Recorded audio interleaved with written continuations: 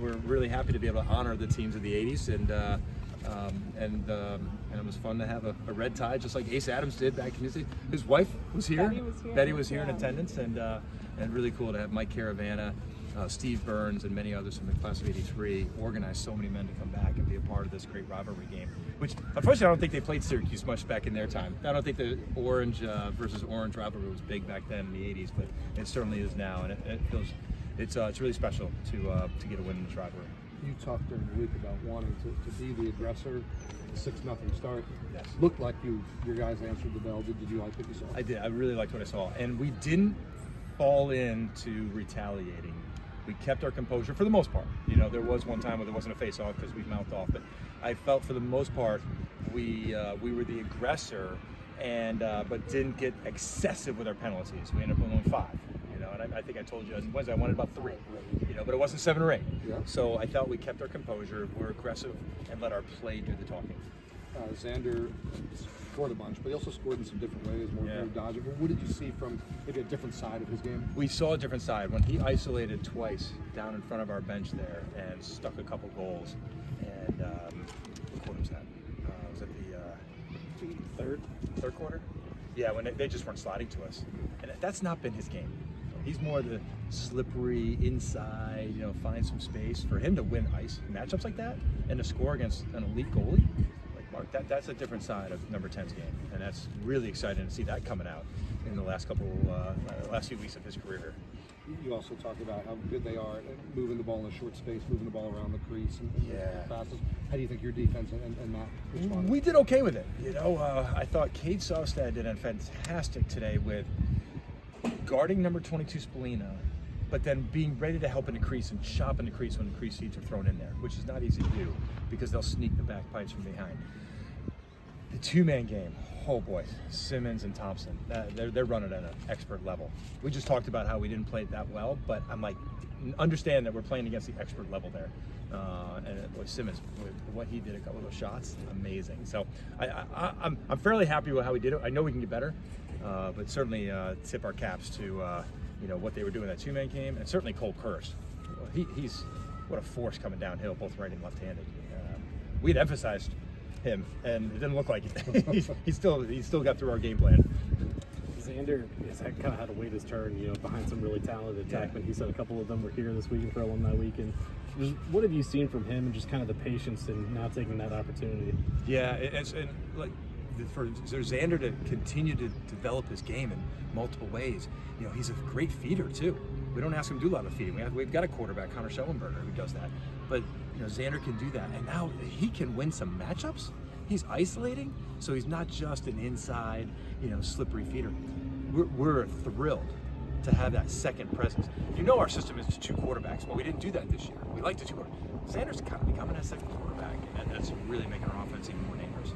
And then y'all have always responded well after losses, but kind of now going forward, how do you carry that momentum towards the close of the stretch? Yeah, exactly. You know, this is a big win today, and we were pretty good at the face-off X. We weren't great at the face-off X. We know we can be better there. Our ride wasn't as disruptive today, though we did get a couple goals in the first half of it. We know we can play it better. What we're trying to do is build this thing. Each one of us, I've asked them, each man, each coach, define a team that if put together, was assembled, wouldn't lose. And what can each of us do to help ourselves get that extra little edge so we can achieve that? We only got about a month left here to figure that out. And we've come a long way, but can we take those extra couple steps? You know, I've got to look at myself, you know, with my voice, my evaluations, preparation, and can all of us do that? And to me, it's really sacrificing everything for the betterment of the team. And just making that one more pass. You see how dangerous we are when we keep that ball moving? We're so much more dangerous, you know, and I felt like some points we were a little selfish. You know, I'm going to score this goal, but we're relying the ball movement. We're so good with that ball. He said that Matt Nunes, after the Duke game, stood up in the locker room and said, like, that's it, no more losses, like, we're done with those. Have you seen, I mean, we've seen it on the field, but how else has he grown in the last few weeks, month, just as a leader on this team? He has, and it's something we were hoping to see, and we honestly anticipated. He's a very mature man. I'm surrounded by really, really great men, and he's the second year. He's starting to say, hey, it's my defense, it's my voice, and he understands that he's not a captain, that we want his voice. And so yeah, he's made that statement. It's we got to back that up. And I'm glad we did today, and we get another chance on Tuesday against Lafayette. But it's having that leadership, having that energy from a goalie is so critical. I mean, you see it in soccer. The goalie always seems really angry at everybody, and it's okay, I guess, and we want Matt's voice. And Syracuse is a team that is pretty shifty. Especially when they get the ball, they can either get those quick passes or they get shots off quicker, I feel like, than anyone else, and from weird places. Like, the guys seem prepared for that. Is that something that was emphasized this week, where it's like, as soon as someone gets the ball, like, be ready for a behind the back, a behind the side, a through the legs, It's like playing a box lacrosse team.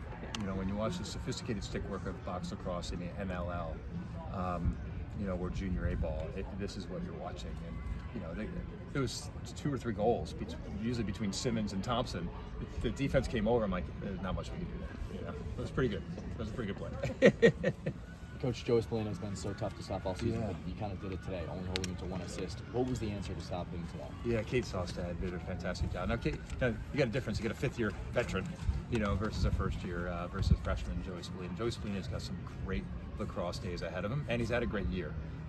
So we were just fortunate that we have a guy who can play really well against Joey. But we know we're going to see a lot more of Joey the next couple of years, and Kate Sostad won't be guarding him anymore.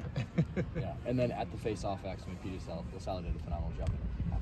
How did you use that advantage going up against guys like Jack Bond and Johnny Chusek? Yeah, Petey's another 5th-year guy that we're not going to have the advantage of having next year, and so I was really impressed with. I actually thought those other the 2 face-off men for Syracuse had a good game. That we didn't pull away. It was pretty much 50-50 at half,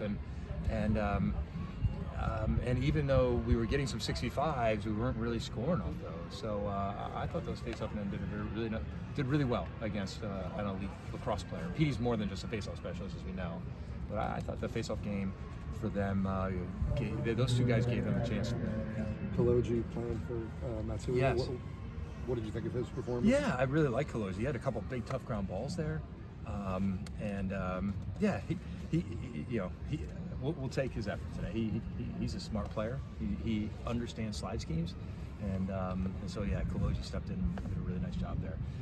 Not as physical as Matsui. We missed, Matsui was hitting everybody last weekend. He's like a torpedo when he slides. Griffin's more of a cerebral player. He did a nice job helping on the defense today. Ricky had quite a hit out there. Is that back to Stanford football? Or? Yeah, and it was so beautiful because it was so legal. And I know we all got upset because it was a penalty call, and then we realized later it was on somebody else. But that was a beautiful hit by Ricky because it was legal, and that's what we wanted to be, the aggressive team. And if a referee were to have called that penalty, we would take that. We would live with that, because he wasn't trying to take the guy's head off. Maybe they just got to buckle their chin straps more. There are some lacrosse players that don't do it right. In the NFL when it was Peyton Manning, everyone was like, he's the only guy who wears his helmet correct because he had that big red spot. And more lacrosse players need to put their helmets on correctly. They're playing against Ricky, probably. Yeah, exactly. Evans was on the receiving end of some tough coaching. Yeah. What was there or not there from him today? We want Evan to continue to see the field. And he's so fast and so athletic, and we got a fantastic attack. Dodge, draw, let those guys do the finishing. We all want to score goals. I get that. But I want him to continue to share that ball. Yeah.